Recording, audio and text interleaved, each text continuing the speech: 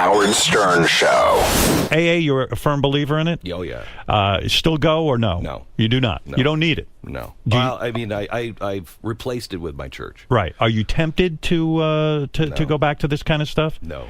And when you say you went back to your church, you met your second wife Yes. at the radio station. Yes. She came in to win a prize or something. Yeah. Right? Yeah. She shows up, and you move right in for the kill, right? You see No, her? Yeah. I'm a total geek. She won you. That's what she won. she- You were her prize. Congratulations. Wow, She won the morning I'm going guy. to pick up my prize. What radio station was this at? In New Haven? Yeah, KC101. KC101. Yeah. She walks in. She's hot, I assume, right? Yeah, she's Very good. attractive girl. Yeah. What do you do to win her over as the young morning DJ? No, not everything that you're not supposed to do. What? She comes in the parking lot, she passes me, and she stops, and she turns around, she says, "Are you Glenn Beck?"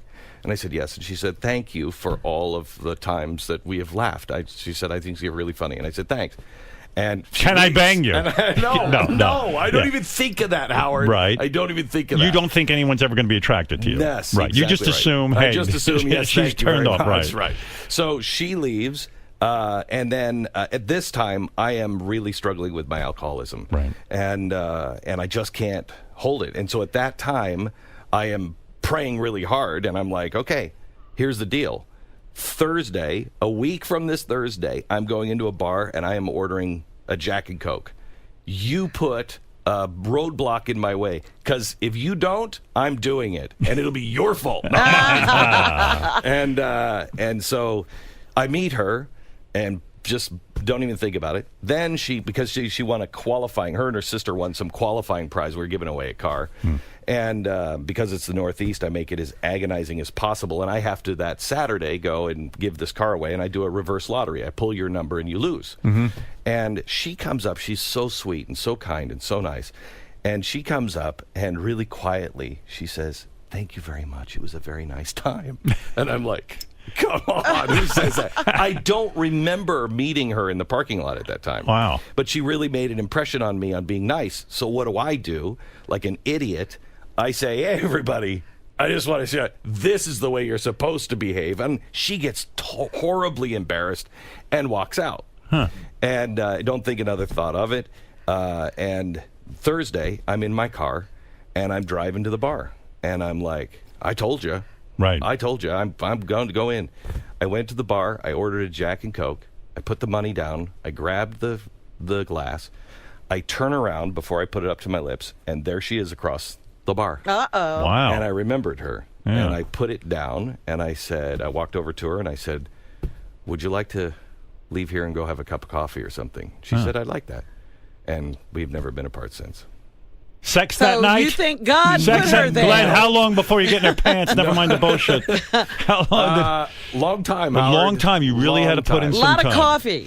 And you She's say, a good girl. and you say to her, "Listen, let's get married at some point." She said no. And she said no. She said turned no. you down. Why? Why? Because you were still struggling? No, because she said we don't share God. We don't have a faith. And I said, "Oh, honey," because I went. What were you raised as? 30, Catholic. Uh-huh. She was Catholic, but I went at 30.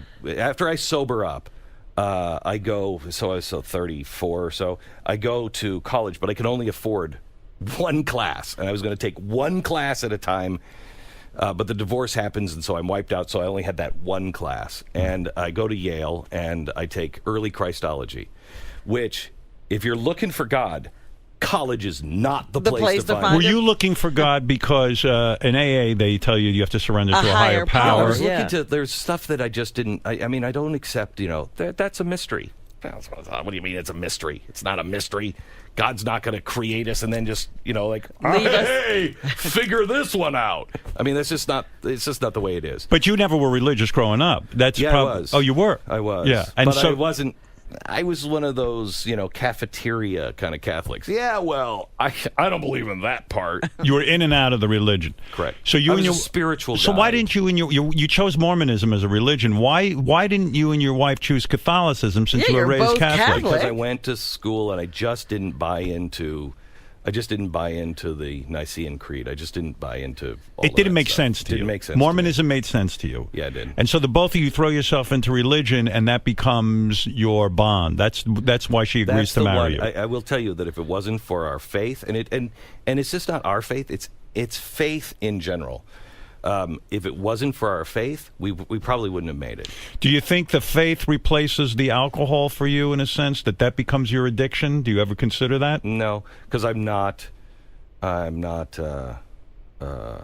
looking for I'm doing the opposite. I'm not looking for the second hand to get to the top of the hour before I go to church. Alcohol is much stronger. And I'm like, honey, I think we missed it today. Right. When you're researching religions, did you almost become a Muslim at some point? No. How close did you come to Were you close to being a Jew? Scientology? I actually went to a synagogue. You did? I loved it. I'm in and out on Friday. Yeah. I just didn't understand the language. Can you imagine Glenn Beck, the Hasidic Glenn Beck? It would have really been great, right? But did you consider anything else like Scientology or none of those? But things? we went on a church tour and we went to all these different churches. And well, that must have been fun in some sense. It was The two of you were picking your faith. Yeah, we were like, okay, can we live with this? What can we live with? It is interesting because most people accept the faith that they're born into, and they don't kind of shop around. Question with boldness even the very existence of God. And do you meet with religious leaders and say, whoever's running the or church the minister there, and do you whatever, say, hey, yeah. I need to ask you everything about this? My first question in Mormonism was, where's Gandhi? Right. We were in a class, and it was the first day, and I'm like, so where's Gandhi? Thinking, Gandhi's in hell, because he didn't accept Jesus as his Savior, so he's in hell. And I said, so where's Gandhi? Expecting the hell answer. Right. And what do you say? What do you mean? And I said, well, I mean, he seemed to have a lot in common with Jesus, but he didn't accept Jesus as his Savior. So does that mean he's burning in hell? No, there is no hell. Right. In Mormonism, there is no hell. There is no hell. Right. There isn't one in Judaism either, I don't think. Yeah. Yeah. Yeah. That makes sense. I don't understand a God, nor do I want to understand a God that puts me in an eternal lake of fire for being a good person, but not accepting his son.